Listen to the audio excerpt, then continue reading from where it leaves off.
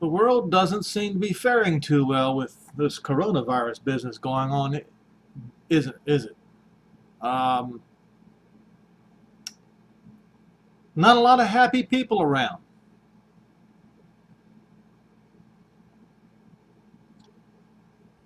Let's get started.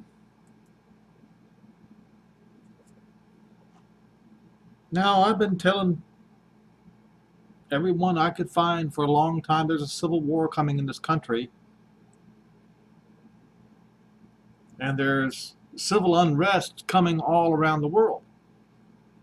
It's written in Daniel 2 verses 44, 45, and 46. I've gone over it so many times.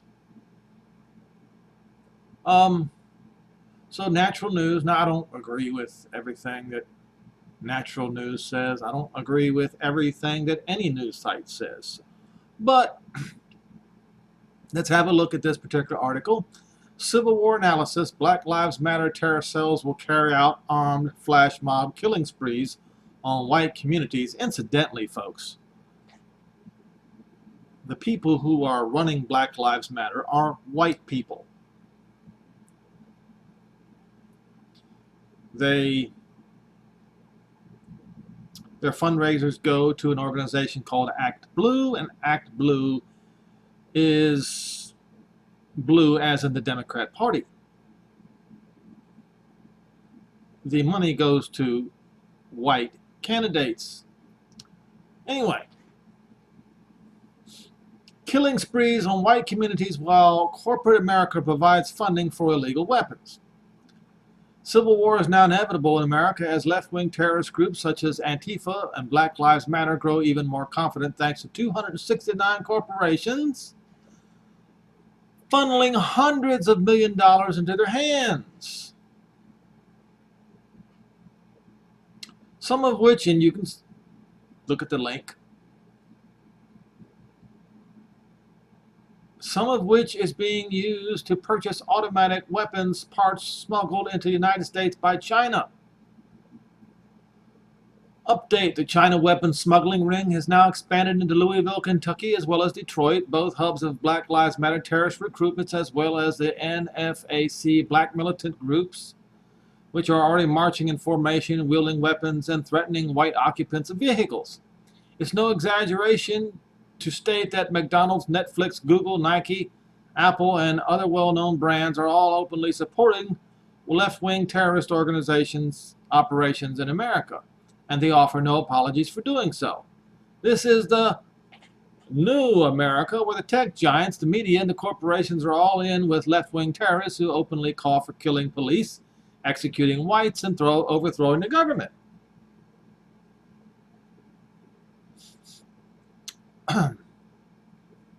Fact check. Black Lives Matter is being trained by Marxist anarchists like Alicia Garza, Patrice Couleurs, and Opal Tometi via Law Enforcement Today. According to Patrice, in a 2015 interview, myself and Alicia in particular are trained organizers. We are trained Marxists. As for Opal Tometi, she is a close personal friend with Nicolas Maduro, Venezuela's Marxist dictator. So I have to ask a question, folks. With all this going on, why isn't the federal government doing anything about it? Makes you wonder, doesn't it?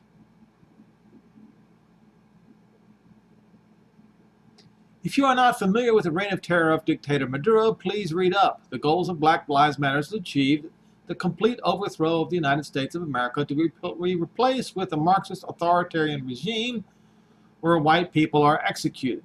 Well, folks, that's not quite accurate. You see, the very same people who came up with the ideas for Adolf Hitler, and if you would watch my video about the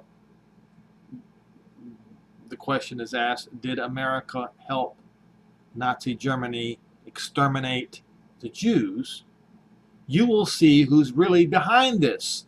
This is all a smokescreen.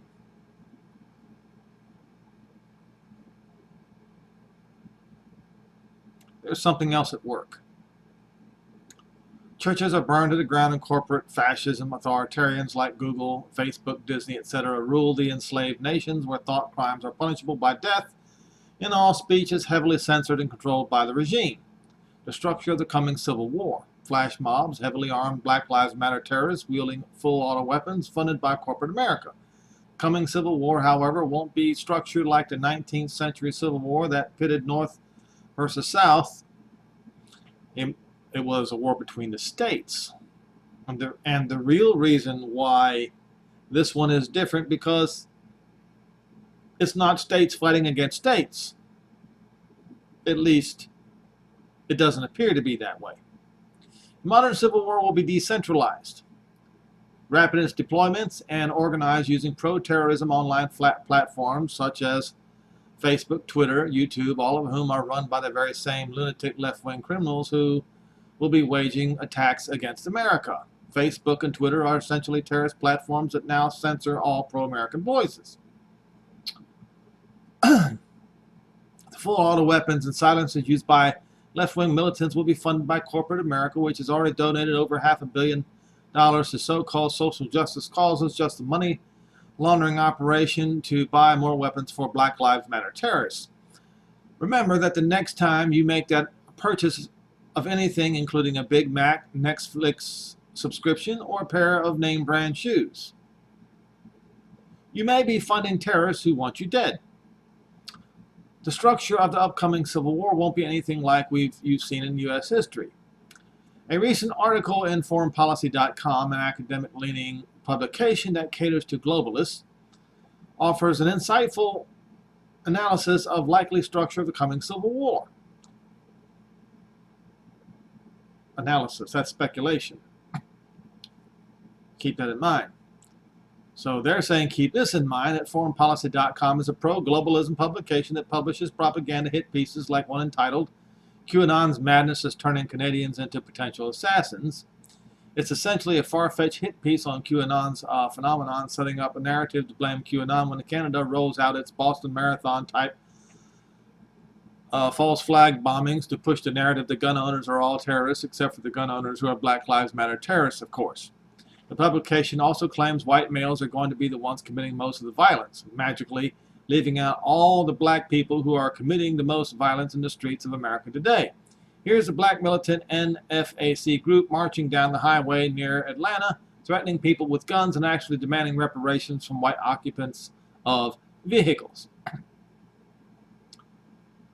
All right. And here's a video of the one NFAC leader explaining his manifesto.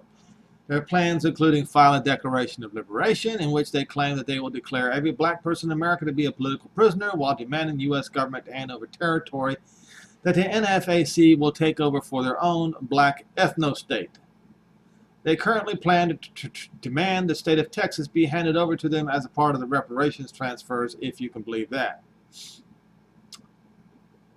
NFAC's leader, Grandmaster Jay, described how he will build his black ethno-state inside the United States, boasting that they are all ex-military, extremely disciplined, expert shooters, going to end really bad for these guys. Now, this particular guy here, he claims to be ex-military, but he obviously is not. And you can find proof of that on YouTube and other places. So foreignpolicy.com claiming that all violence will be carried out by white males is pure delusion. Note the word delusion. But that doesn't mean the rest of their analysis is wrong. It seems to be spot on, actually, to describe the structure of the coming civil war. For the United States, the shape of future homeland conflicts will be asymmetrical, distributed, and heterogeneous. The contemporary homeland conflict would be likely self-composed with numerous dynamic factions organized by digital tools around ideology and affinity networks. It would likely be a patchwork of affiliated insurgency groups and their counterparts engaging in light skirmishes along the overlapping edges of their networks, mixed with occasional high-value terror targets against soft and hard targets. Now, folks, remember what I told you. I don't believe everything these people say. I'm getting somewhere with this. Essentially, they're describing our flash mobs as armed left-wing militants who coordinate a plan on Facebook or Twitter, no doubt with the full support of Zuckerberg and Dorsey, and then spring into action, carrying out mass murder on intended target, then vanish into the cities. Likely targets. This is all speculation, folks. That's what I'm getting at. White neighborhoods, malls, shopping centers, government buildings, the homes of conservatives, patriots, and journalists. Now, I want to stop here for a second. That Chaz or Chop Zone, who were the ones that got killed over there? Do you remember? They were black teenagers. I will continue. Private homes of law enforcement, daycare centers, and schools that cater to white people. The terrorist forces will arrive in regular-looking vehicles and spill into the target area, spraying gunfire and killing innocent Americans with rapid movements and automatic weapons fire. Minutes later, they will flee the area before police arrive. Notably, the police will probably never arrive anyway, since Democrat traitors have deliberately defunded police or ordered them to stop policing in order to allow Black Lives Matter and Antifa terrorists to achieve unbound success in their own terrorist operations, such as seizing downtown Seattle or Portland for starters. Notably, the Civil War actions by left-wing terrorists won't rely on setting up static zones like Chaz or Chop. They will rely on rapid deployment and rapid exfil operations, which could appear in minutes almost anywhere in the country. All right. This is a long article, and I don't care to read the whole thing. What this is doing here, I'm setting the scene here for a question that I have.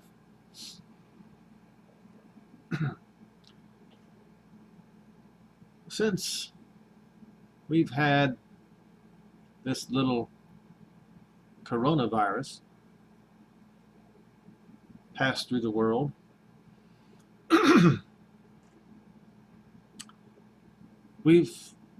it's exposed something here. Yes. It has exposed a sense of entitlement that this current generation has. A sense of entitlement that is way beyond the scope of reality.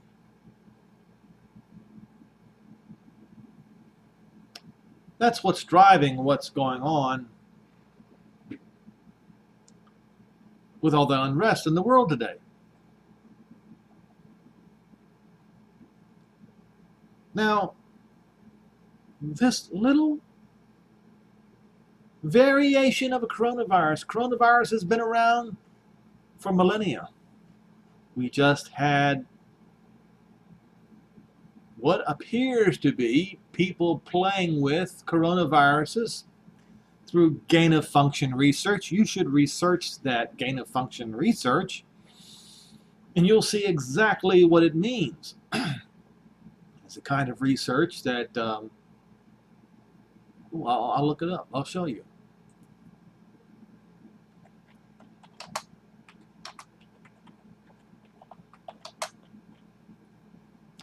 Gain-of-function research. I think this is one. This is on a NIH.gov website, folks. Listen carefully. Certain gain-of-function studies with the potential to enhance the pathogenicity or transmissibility of potential pandemic pathogens have raised biosafety and biosecurity concerns, including the potential dual-use risks associated with the misuse of information or products resulted from such research. On October 16th, 2014. I hope you got the first paragraph. If you haven't, then this particular video is not going to be any use to you. The White House Office of Science and Technology Policy announced the launch of U.S. government USG gain-of-function deliberative process to reevaluate the potential risk and benefits associated with certain gain-of-function experiments. During this process, the USG paused. Didn't stop it, paused it. The release of federal funding for gain-of-function studies, anticipated to enhance, listen carefully folks, the pathogenicity or transmissibility among mammals by respiratory droplets of influenza, MERS, or SARS virus. What is COVID-19? It is a SARS virus.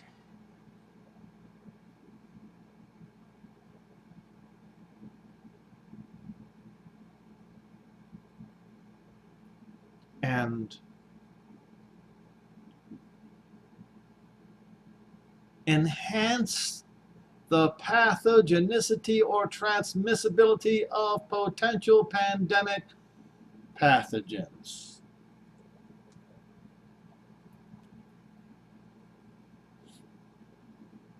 Folks, you're not getting the whole truth.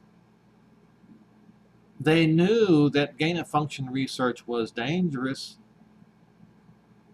Now you don't know whether this was intentional or unintentional.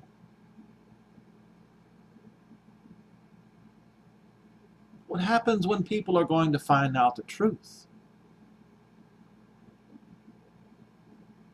You know, perception is 9/10 of reality, so they say.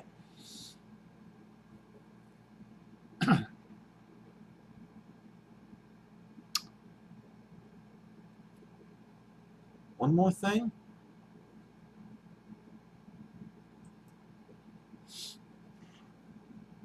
This is on seacoastonline.com. Letter to the editor. My grandfather treated Spanish flu with quinine. Yes, you can get cinchona bark over the counter, folks, on Amazon. Sometimes I remember my father telling about the Spanish flu epidemic at Portsmouth, New Hampshire, and Kittery, Maine. Often I wish I asked him questions, but I just listened. How my grandfather, Dr. Albion W. Johnson, Sr. of Kittery, saved many families during the wipeout of populations in Kittery and Portsmouth by the 1918 pandemic Spanish flu. I heard that he was the only doctor in Kittery with his office on the government street and never refused a call to help. Driving his own horse and buggy in the Piscataqua River Ferry and later over the wooden bridge and from the Portsmouth to help sick people. He was famous for sending a bill for his services only once. He treated flu victims with quinine concoctions. During this coronavirus COVID-19 pandemic, year 2020, I read that quinine is used in hydroxychloroquine to treat patients still. When I volunteer in Africa, I find that quinine still is commonly prescribed for fever or malaria.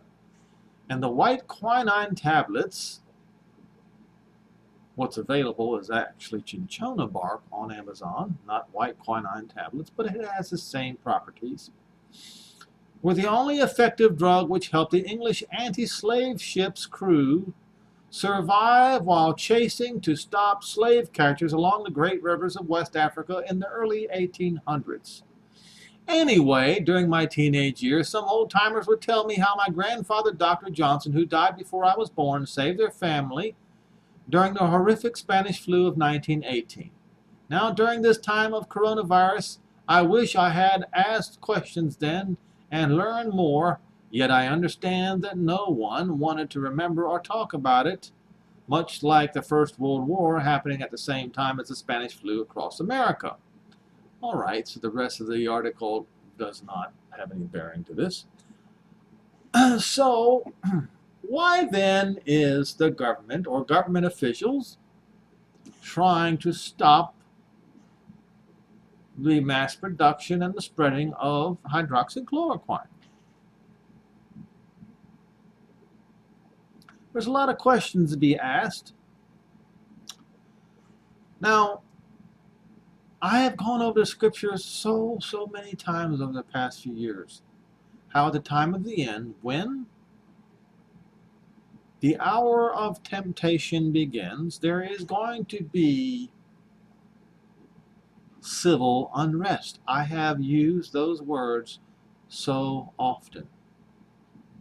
We'll go to Daniel 9.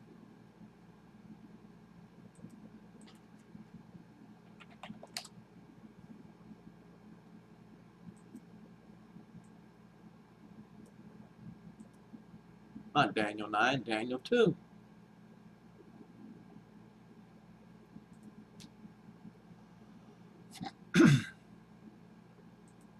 Oh, I was going to go to Strong's Concordance. To make a habit of that. It's a little bit easier to read when the text is black, but all right. Verse 40, and the fourth kingdom shall be strong as iron. That was Rome. As iron breaks in pieces and shatters everything, iron will crush and shatter these. It will shatter and break in pieces, crush and shatter. And whereas you saw the feet and toes, part of potter's clay and part of iron, what does that mean? Well, it started with international slave trade is what it started with, folks.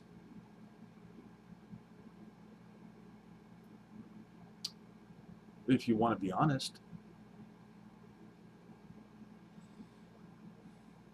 The kingdom shall be divided, but there shall be in it the strength of the iron. Will it still be Roman?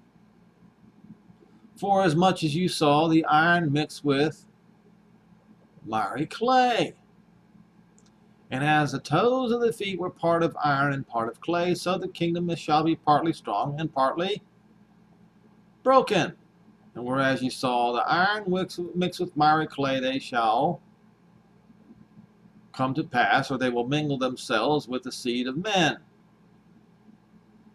But they shall not cleave to one another, because iron does not mix with clay.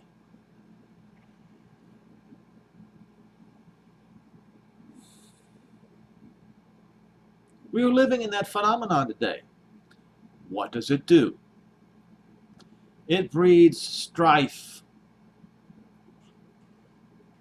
It creates, in a time of plenty, I'm more entitled than you. That's what it creates. And when the plenty suddenly gets taken away, or when maybe even slowly taken away, people demand, they insist on having what they've had before, a sense of entitlement. Now, with this little coronavirus going on, can you imagine what's going to happen when something worse breaks out?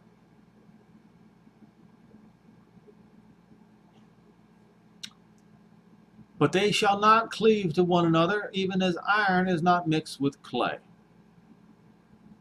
Does that mean they're going to be fighting against each other?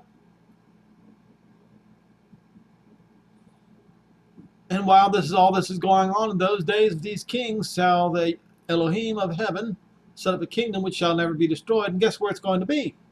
It's going to be in Jerusalem. So while all this is going on, he's going to set up a kingdom in Jerusalem and bring all Israel home. All of them. Now, to the nations of this world, this situation could have been avoided. Here's what I mean. Pharaoh, when all Israel were bound up in Pharaoh, and Pharaoh would not let them go to the promised land. What happened to Pharaoh? Plagues. Pharaoh would halfway relent, then he'd change his mind. Well, this is exactly what the world has done today. And President Donald Trump is no different. If I can remember where I need to find the article. Let's see.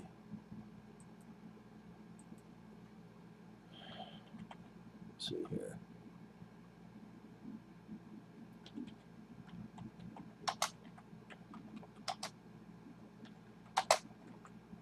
Time for annexation. I think that's it. There it is, right here. Let's go to Ynet. This was published on the 2nd of February, 2nd of July, I'm sorry. With the coronavirus cases breaking daily records, the President is beginning to realize he is culpable for his administration's mishandling of crisis, and faced with the prospect of November defeat, he may even drop out of the race, I think. I think Orly over here might be exaggerating a little bit, but we'll continue. During his first year in office, U.S. President Donald Trump boasted that he alone, and that part is true, would be able to bring about a negotiated end to the Israeli-Palestinian conflict in what he called his deal of the century.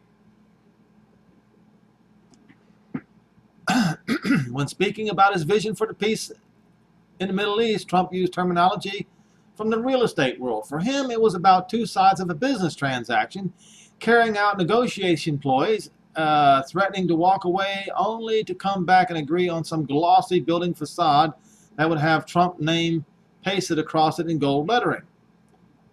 The president's premise was simple. The Saudis and the Qataris would throw money at the Palestinians, who would revel in their good fortune and agree to surrender all their demands and rush to sign on the dotted line. In the Trump world, money can buy everything. If there is not enough of it, and it was $50 billion to be exact, what was offered. One can always add gold bars to the pile to incentivize those who are still holding back. But now, as he is fighting what may be the last battle of his political life, Israel's annexation of parts of the Judea and Samaria is the last thing on Trump's mind. And there's probably better articles about this, because Netanyahu himself basically said, oh, here we go. This might be a better one. Right here. The former Speaker of Knesset, Abraham Borg, said U.S. President Donald Trump has halted the Israeli plan to annex parts of the... It is occupied by the Palestinians, but it's Judea and Samaria. In an interview with Italian Daily, Borg said Trump stopped the implementation of the annexation plan. Once again, incorrect speech here. Applying sovereignty plan, as he does not have time to help Israeli Prime Minister Benjamin Netanyahu in implementing the sovereignty of Judea, Samaria, and the Jordan Valley. Now, gone over that one before as well, but you can look and you can see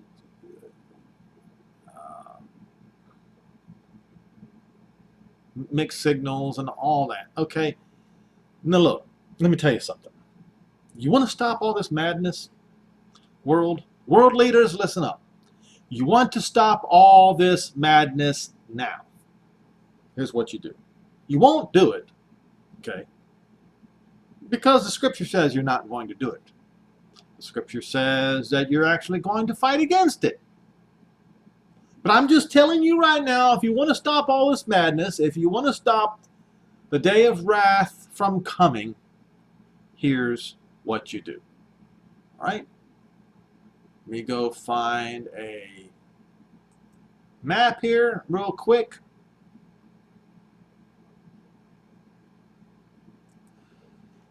Just abide by the Balfour Declaration. Just abide by the promise, O Gentile, that you made to the Jews in, what is it, 1917? You gotta understand, this was over a century ago. This land right here was the land that the British Mandate, aka Balfour Declaration, promised the Israelis. Now, Israelis are going to get more land. Please don't misunderstand me, folks. Okay? This is not about the land that Israel's actually entitled to. This is about the promise that the Christian nations made to the Jews.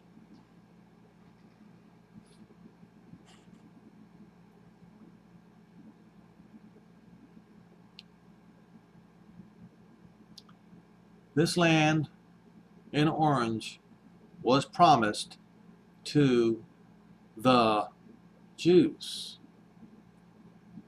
But Christian nations reneged on the promise.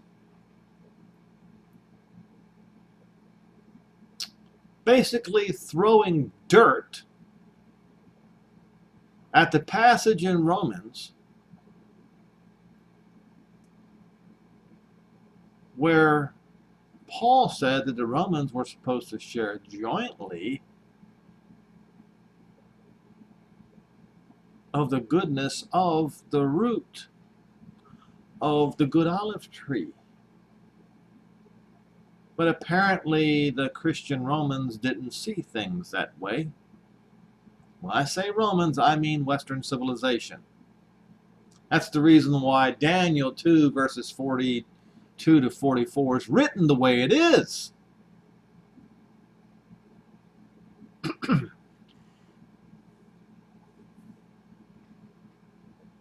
Just give Israel its land back.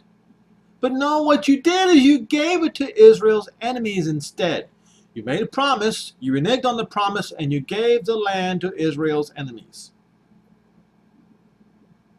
So what Donald Trump needs to do, if he wants to fix this and win the election, stop all the violence that's going on in this country, what he needs to do is stand up, be a man, grow himself a spine, and say, hey, look, world, the reason why this is happening is because the Christian world has betrayed the Israelis, the Jews, by reneging on the Balfour Declaration.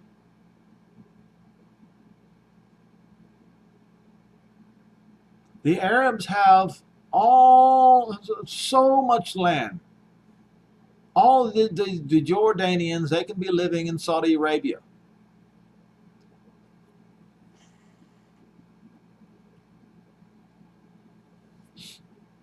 Now, the reason why all these things are happening is because of one thing. And that is written in Isaiah 24.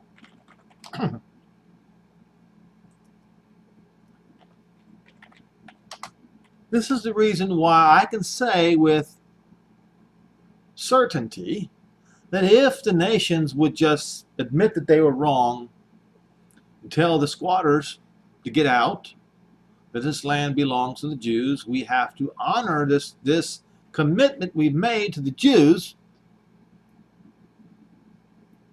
we would not have the situation that we're in, or the situation that is coming, which is going to be 1,000 times worse.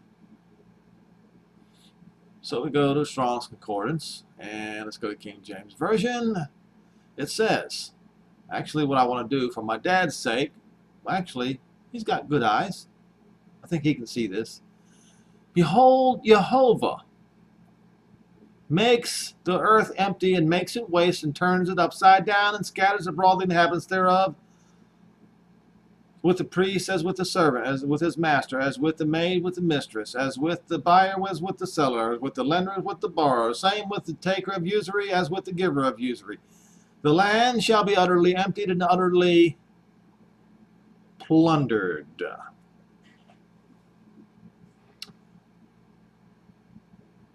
Jehovah, he speaks this word, or he makes this speech. So if Jehovah speaks, the world needs to listen. The earth mourns and fades away, the world languishes and fades away, and the haughty people, the entitled people, the great people of the earth languish. That's the hour of temptation that's coming. The earth is defiled, polluted, profane under the inhabitants thereof. Why? Because they have transgressed the Torah, the instruction, changed the ordinance, and what have they else that they done? They broke the everlasting covenant. You can find the everlasting covenant written in Jeremiah 31, verses 31 through 34, and you can find it written in Hebrews 8, verses 8 through 12, and you can find it written in Romans 11, verses 26 through 28. For this is my covenant unto them when I shall take away their sins. So when he takes away their sins, the land must be given back. Well, the Gentiles broke the everlasting covenant. And that is the reason, right here, the curse has devoured the earth, and those that dwell in it are desolate. Therefore, the inhabitants of the earth are burned, scorched, and few men left.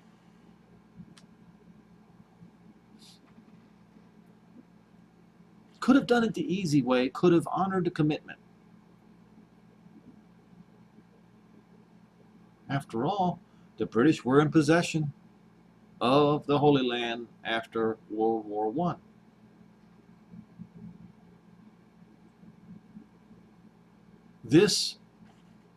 The reneging of the Balfour Declaration is the reason why the hour of temptation is going to happen. It's going to be the trigger. And when they shall say peace and safety, that's the trip line. Well, well, well. The peace plan of the century. He said it only he could do it. Oh, Mr. Haughty President of the United States.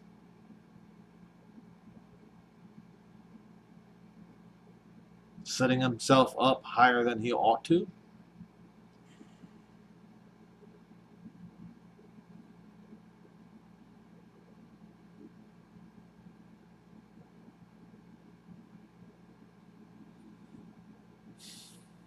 The cities will be left desolate, and the gates will be smitten with destruction. When all this is happening, in the midst of the land among the people, there shall be a shaking of an olive tree. That is written in Joel 2, Joel 3, Revelation 6. Stop right here. Go to Revelation 6. I believe it's Revelation 6.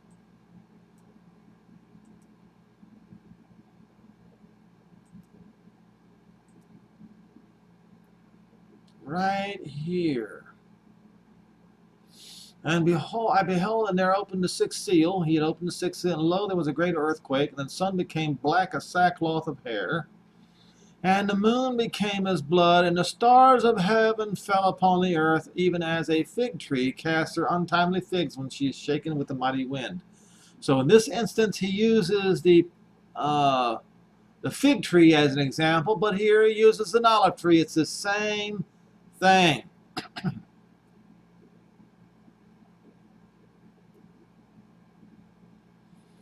Now there are going to be people who, the holy people, Israelites, Jews, they will be singing for the majesty of Jehovah.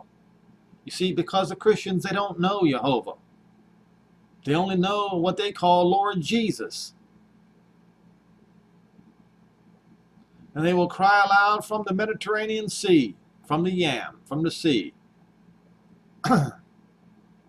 So the prophet he's looking at this, he's saying, burdensome, Jehovah, flame, even the name of Jehovah, Elohim of Israel, in the coastlands of the sea.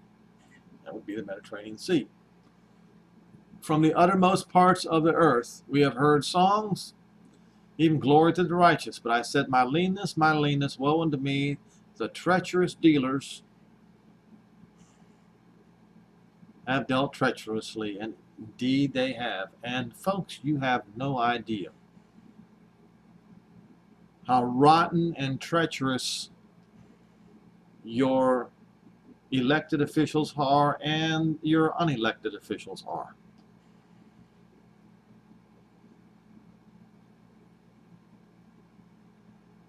If they're going to be rotten to the core when it comes to Israel, they're going to be rotten to the core when it comes to dealing with constituency, which is the reason why there is going to be a great tumult.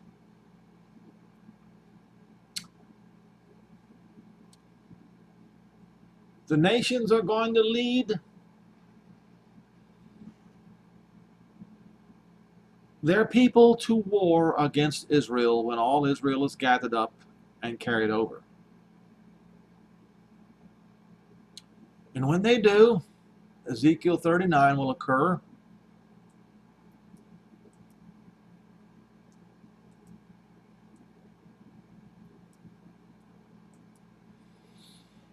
I know people want to say, oh, this has nothing to do with Europe and the United States. Well,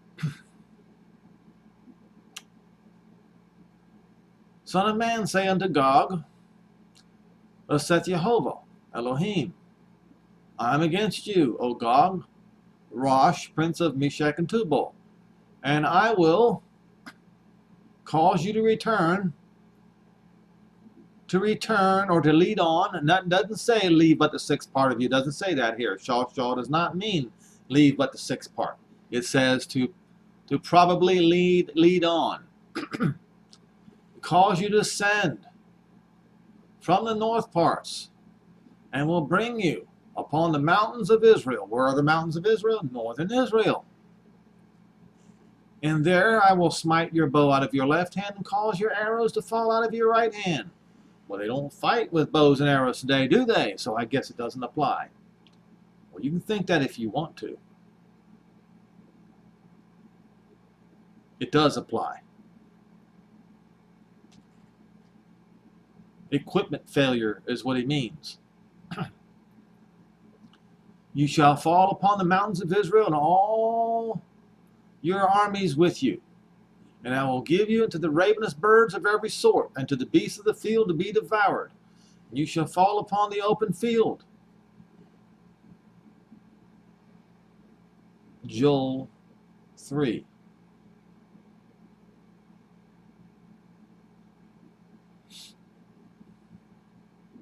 And I will send a fire on Magog, and that's it, right?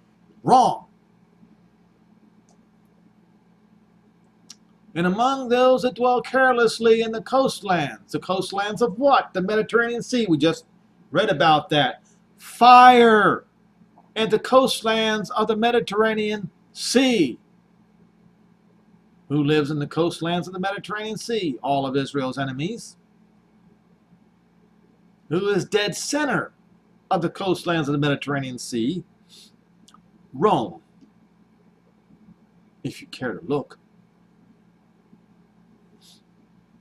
All right. We scroll down here. It says, verse 17, Son of man, say, thus saith Jehovah Elohim, speak unto every feathered fowl and to every beast of the field, assemble yourselves and come gather yourself on every side to my sacrifice, that I sacrifice to you even great sacrifice upon the mountains of Israel, that you may eat flesh and drink blood. You will eat the flesh of the mighty, drink the blood of the princes of the earth, of rams, of lambs, of goats, of bullocks, and all of the fatlings of Bashan. You shall eat fat until you be full, and drink blood until you be drunken of my sacrifice, which I have sacrificed for you. Thus you shall be filled at my table with horses and chariots of mighty men, and with all men of war, saith Jehovah. That, once again, we can find it here.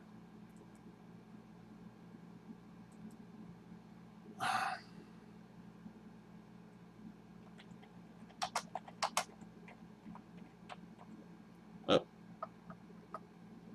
Come on now, we were just there.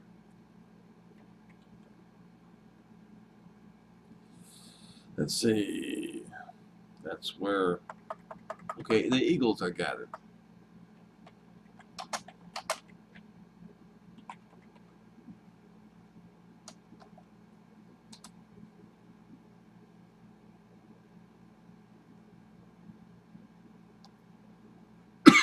Luke 17:37.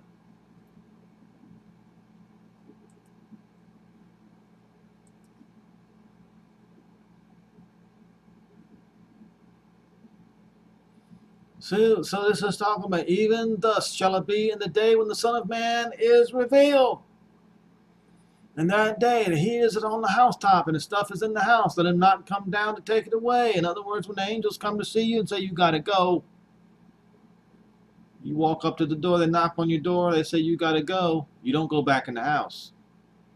If you're out in the field working, the angels approach you and say, you've got to come with us. Don't turn around and go the other way. He is in the field, let him likewise not return back. Remember Lot's wife.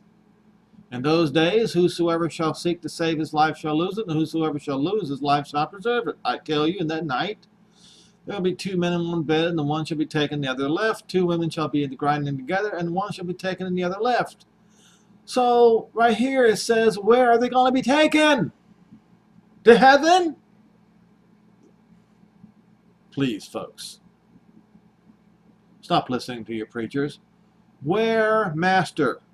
And he said unto them, where the body is, there will the eagle be gathered together. Where are the vultures going to be gathered together, folks? We just read it. Why didn't Yehoshua make it plain? Well, it becomes plain to those who read the words of the prophets. If you don't read the words of the prophets, it does not become plain to you at all. You still believe your delusion about being taken up to heaven when the scripture plainly says that nobody has been ascended to heaven except for the one that came down from heaven. All right. Let's see. Are there any other scriptures that allude to this? In Holman Bible it says, where the corpse is, those where the vultures be gathered. That would be the accurate, because the vultures, oh, we don't have to go there, I don't think. Yeah, where the corpse is, where the dead bodies are, that's where the vultures will be gathered. All right?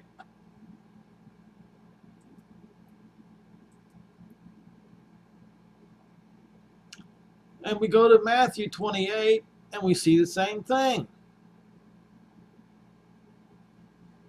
All right. We get an even better picture. So it'll be at the time when the sun will be darkened and the moon will not give its light, and the stars will fall from heaven, fall from the sky. Isaiah 24. That's when all Israel is going to be gathered back home. All Israel has to be gathered back home to trigger the event that occurs in Ezekiel 38 and 39.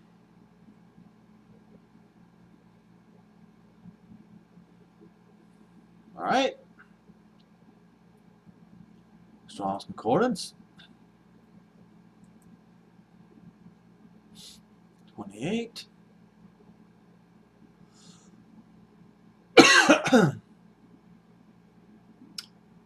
We'll go to 27. Because just as lightning comes out of the east and shines into the west, so shall be the coming of the Son of Man be. In other words, everybody's going to see it. For wheresoever the carcass is, dead bodies are. Then right here it says a fall, hence a misfortune, ruin. Who's going to be ruined? Who's going to meet their misfortune? Those who try to attack Israel. Is there where the eagles' carcasses or the vultures be gathered together? Immediately after the tribulation of those days, this is at the same event. Shall the sun be darkened and the moon shall not give her light, and the stars shall fall from heaven. We just read it in Isaiah 24, did we not? We read it in Revelation 6, did we not? The powers of heaven shall be shaken, and then shall appear the sign of the Son of Man. What is the sign of Son of Man in heaven? Well, we just read. And we read in Ezekiel 21, verse 25, that the signs in heaven are the signs of the sun and the moon and the stars. And then shall all the tribes of the earth shout, hooray. No, they won't. They're going to be cut off. That's what it really means. Kopto means cut off. They'll be stricken. They will be smitten. Well, it also means to mourn. But here, properly to cut, to be incised, to be struck, resulting in severance. Oh, now, well, that's written in Zechariah, isn't it? Check this out.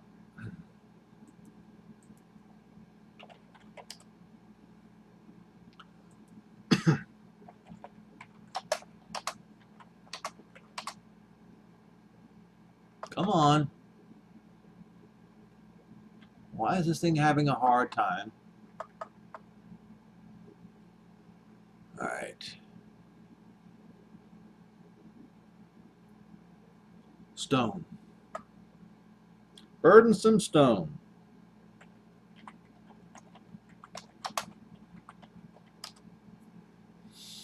Okay, it's in Zechariah 12. Here's what it says. Behold, I will make Jerusalem a cup of drunkenness, and all the surrounding peoples. Judah will be besieged as well as Jerusalem on that day when all the Goy of the earth will gather against her. I will make Jerusalem a heavy stone for all the peoples who will heave it away. It says will be severely injured here, but no, wrong. We'll go here. It shall happen in that day that I will make Jerusalem a very heavy stone for all the peoples, all the Gentiles. And all who he would heave it away, or it says right here in the regular King James, all that burden themselves with it shall be cut in pieces. It says all the people of the earth will be gathered together against it. That means every nation around the world is going to be represented in trying to throw them out.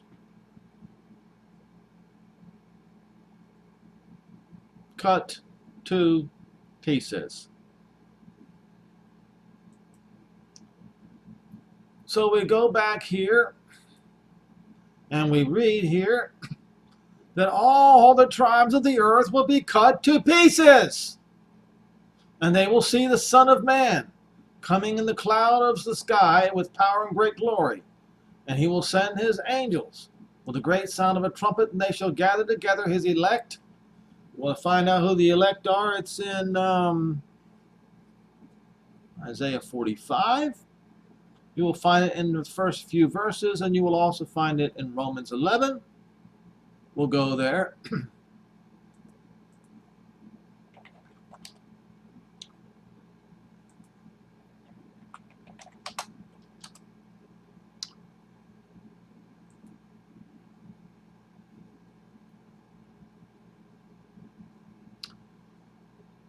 Verse 26, and so all Israel shall be saved. I know you want to say the church, but that's not what it says. If you continue to read, it will become very clear. As it is written, there shall come out of Zion the deliverer, and shall turn away unholiness from the church. Is that what it says? No, it does not. From Jacob. Because this is my covenant unto them, the Jacobites, when I shall take away their sins. Jeremiah 31, verses 31 to 34. Hebrews 8, verses 8 through 12. Read it. Now concerning the gospel, they might be enemies for the Romans' sakes, but concerning the election, they are beloved for the patriarch's sake, so they are the elect after all, are they not? Because the gifts and the calling of Jehovah cannot be changed. They are without repentance. They cannot be changed. Because you Romans in times past, you have not believed, yet now you have obtained mercy because of their unbelief. Even so, these Israelites that currently don't believe, because mercy was shown to you, they will also obtain mercy. But you did not want them to have mercy. You did not want them to have their land back. You wanted to continue to live in licentiousness, promote deviant sexual behavior, and sorcery, which is what the medical profession is involved in today. Sorcery, gain of function research is the definition of sorcery.